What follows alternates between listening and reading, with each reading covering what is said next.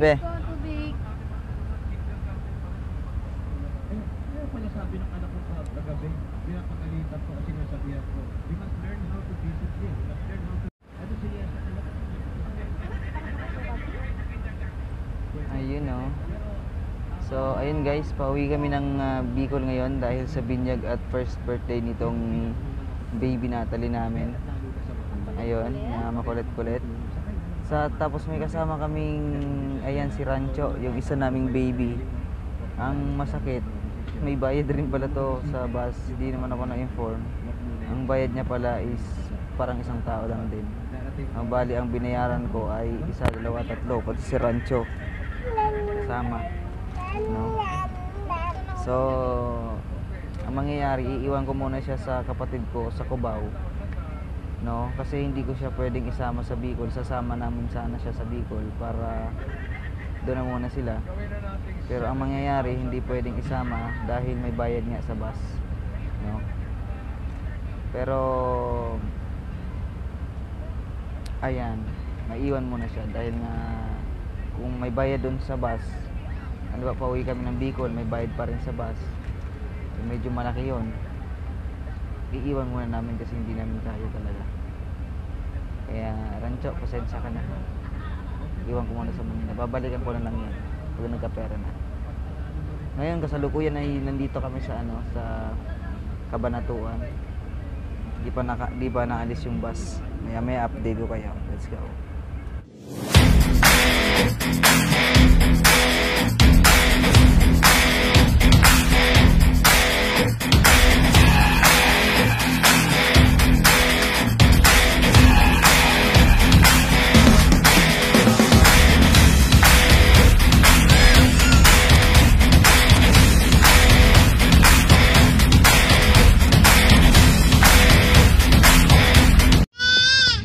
Sino? Teta. Sino yun? Baby. Teta. Ang ingay mo. Wala tayo sa bahay.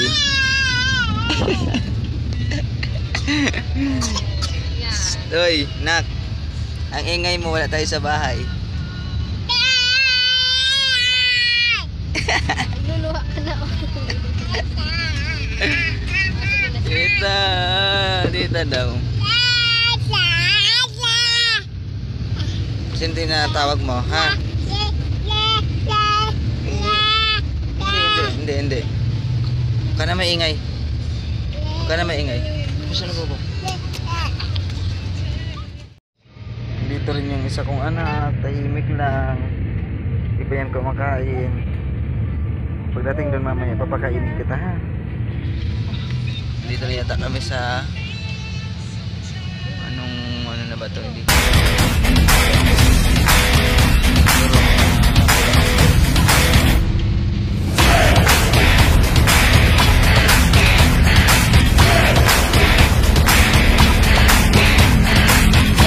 seryoso,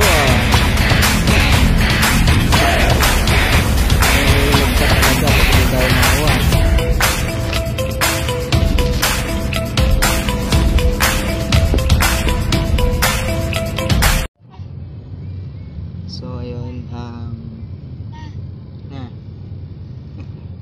ayan o, mula nung pag-alis namin doon sa hindi pa natutulog yung bata na yan dahil nag-enjoy siya sa mga nakikita niyang bago. At eto, kaya kami ngayon, nandito kami ngayon sa taxi dahil ihahatid namin tong aso na to doon dahil hindi siya pwede sa bus na isakay dahil may bayad nga siya na kasing rin, yung bayad niya kasing halaga rin ng isang taong pasahero. Kaya ibabalik na lang, ipapakiiwan ko na lang muna doon sa aking kapatid itong aso na ito. Bali babalikan ko na lang siya, kukunin ko na lang siya sa susunod. At ngayon hindi pa kami matutuloy sa papuntang Bicol kasi ito nga, ihatid namin to. Kaya dito muna kami matutulog sa pupuntahan namin. Let's go. Hindi ka naman sasakit. So, ayun na nga po. Dala na nga po ng aking kapatid, si Rancho Das Sanchan. Ayun, medyo hinihinga siyang, ano. Pero, doon na kami. Diyan na nga po kami sasakay. Ayun si Rancho Das Sanchan. Bye-bye. Bye-bye po. Bye-bye. Ingatan mo yan, Dok, ha. Oh. Bebe, bye-bye na, bye-bye. Bye-bye na. Bebe. Bye-bye na kay Tito. Bye-bye na. Bye-bye. Ayan. Yan na nga po kami sasakay.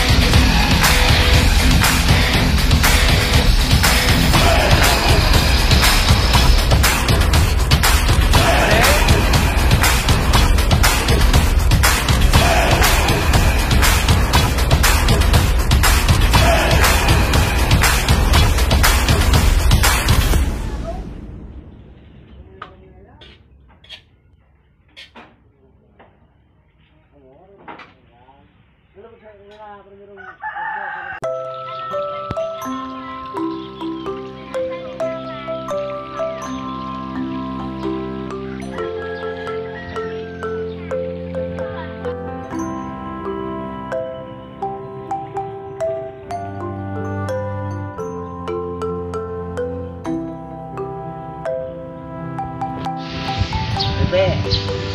Uy naman, ano kalitan mo?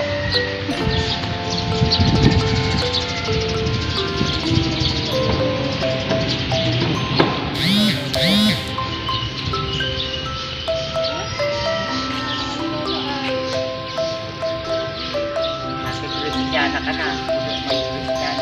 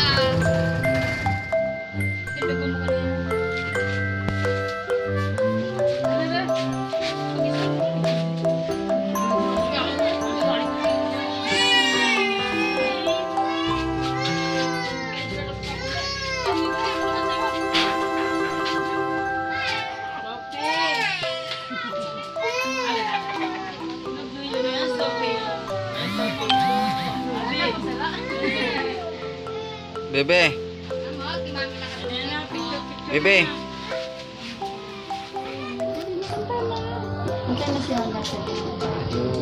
Happy birthday to you. Happy birthday to you. Hindi masigit si Vita. Happy birthday. Happy birthday to you. Ate. Blow na. Blow na, Bebe. Blow na. Sophie, blow na, Sophie. Sophie, blow. Wala ba ako tabi? Tataw. Tapos, ayun pa. Happy birthday, Bebe. Happy birthday. Happy birthday. Birthday na. Ito pa. Birthday. Galing.